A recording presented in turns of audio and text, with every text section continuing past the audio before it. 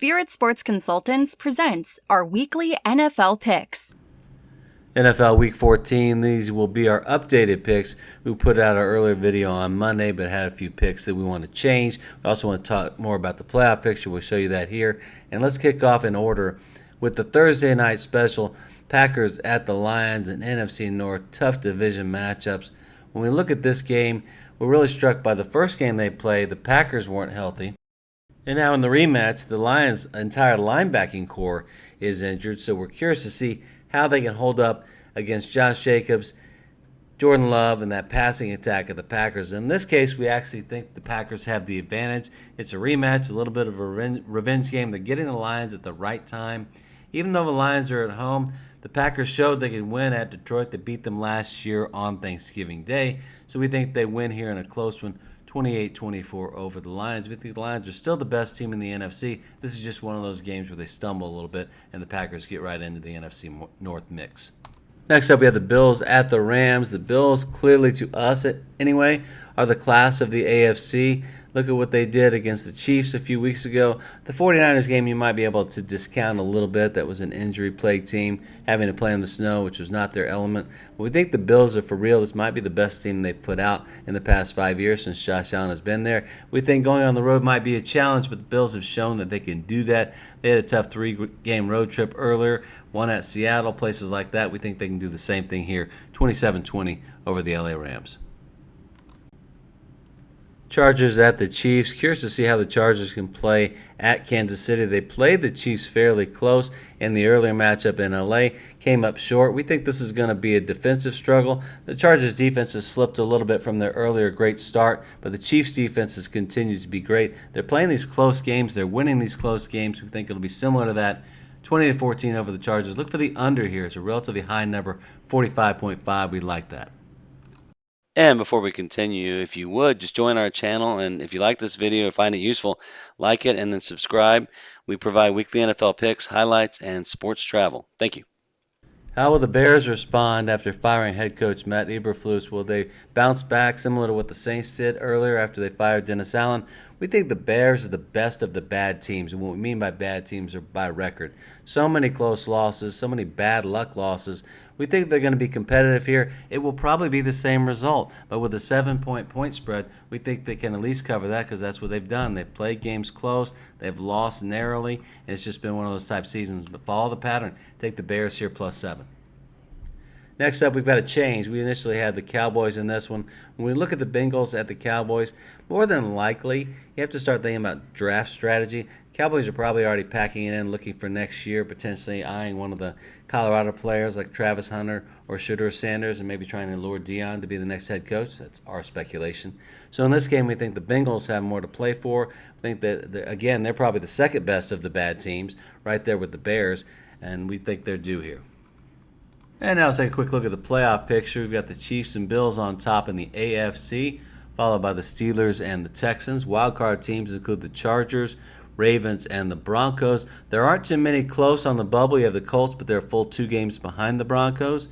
So the Broncos, I'm not going to say they have it locked up, but it's close. In the NFC, the Lions are on top, but a little bit injured. Eagles, we think, are the best team currently in the NFL. We think the Lions are 100% healthy. They are up there. But the Eagles playing great football. The Seahawks, we think they're a little lucky to be there at 3. Caught some hate from Seahawks fans. We just think ultimately maybe the Cardinals or Rams take over. And the Falcons also, we think the Bucs are going to take that. They're currently in there by virtue of tiebreaker. And in this game, we think the Falcons, it's up to them if they want to continue that NFC South lead, having to go on the road to face a better team with the Vikings. This is, again, the Kirk Cousins revenge game. We think the Falcons are going to play more competitively than they did. Defense played great against the Chargers, allowed very few points. All the points were on Kirk Cousins' interceptions, and especially the awful pick 6 that was on a 4th down. Can't explain why he threw that ball. So look at this one. We think it's going to be close. We like the Falcons to cover. 5-point spread. Take the Falcons and the points in this one. AFC South battle with the Jaguars facing the Titans in Nashville. Feel really bad for Trevor Lawrence. What happened to him in the game against the Texans? Again, we're Texans fans. We feel really bad. Hopefully he will recover. Very dirty hit. We're curious to see what kind of a punishment and suspension will follow that. But in this game, we think it's a virtue of home field. We think Will Levis is going to be better than Mac Jones. Titans are really good at home. They've shown flashes again, passing offense, and the pass defense has been really good. Beat the Texans a few weeks back. We don't think that's necessarily a fluke. They still have a few things to improve upon, offensive continuity, but we think in this game they should be able to take care of the Jags 21-14 in Nashville.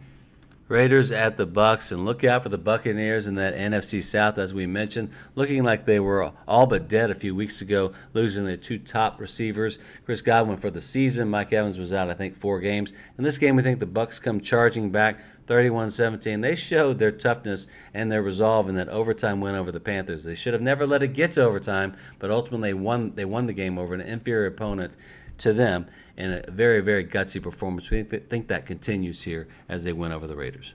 Next up, we have the Saints at the Giants. And in the earlier video, we had picked the Giants here, but this is going to be a position reversal because, again, we have to think strategically. And as a viewer noted, the Giants have no incentive to win another game. They're currently set up for the number 1 overall pick and should not do what the Jets did a few seasons back or the Texans gave up the number 1 pick. It worked out for the Texans, but still you don't want to do that. So in this case, we like the Saints 17-14. Again, two teams planning for next season. Why ruin your draft status? We do think the Saints quarterback, Derek Carr, is a little better. We overreacted to the Taysom Hill injury. Jets at the Dolphins, and what a disappointing year for Jets fans, and Aaron Rodgers continues to kind of embarrass himself by having a bad game and then complaining about his teammates after the fact. We were really in the Rodgers camp going into the season, not anymore.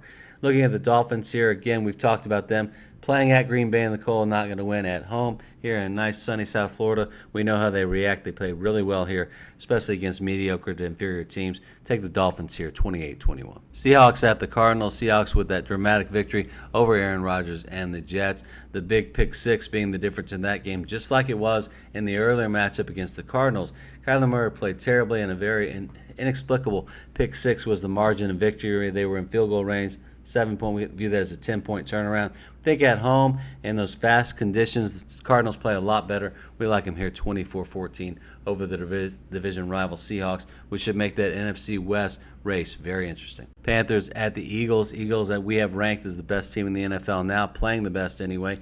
Panthers are playing a little bit better with Bryce Young. Gave the Bucs all they could handle, and just a painful fumble at the end cost them a shot at the victory. We think the Eagles take this one 31-14. We're not going to recommend you play this because we see this as a potential letdown trap type. If you want to play the Eagles, maybe look at a teaser, but we're worried about the high point spread. Browns at the Steelers. Wow, the Steelers put up points and points and points against that Bengals defense, and the Browns did the same against one of the best defenses in the NFL, if not the best, in the Denver Broncos at Denver, with altitude as a factor. This game is also a rematch of that snow game early in the season, which was a lot of fun to watch. Browns won that one. We look at a simple home field switch here. I think the Steelers are playing some of their best football. We like them at home 27-17. Yeah, we don't think it's going to be as explosive as the prior matchup. This might be a good opportunity for an underplay. Let's take a look for any inclement weather that might be heading towards Pittsburgh before we make a decision. But we like that as a low-scoring game, 27-17. That's all for this time. Thank you for joining. Please subscribe to our channel, and we look forward to sharing our future videos with you.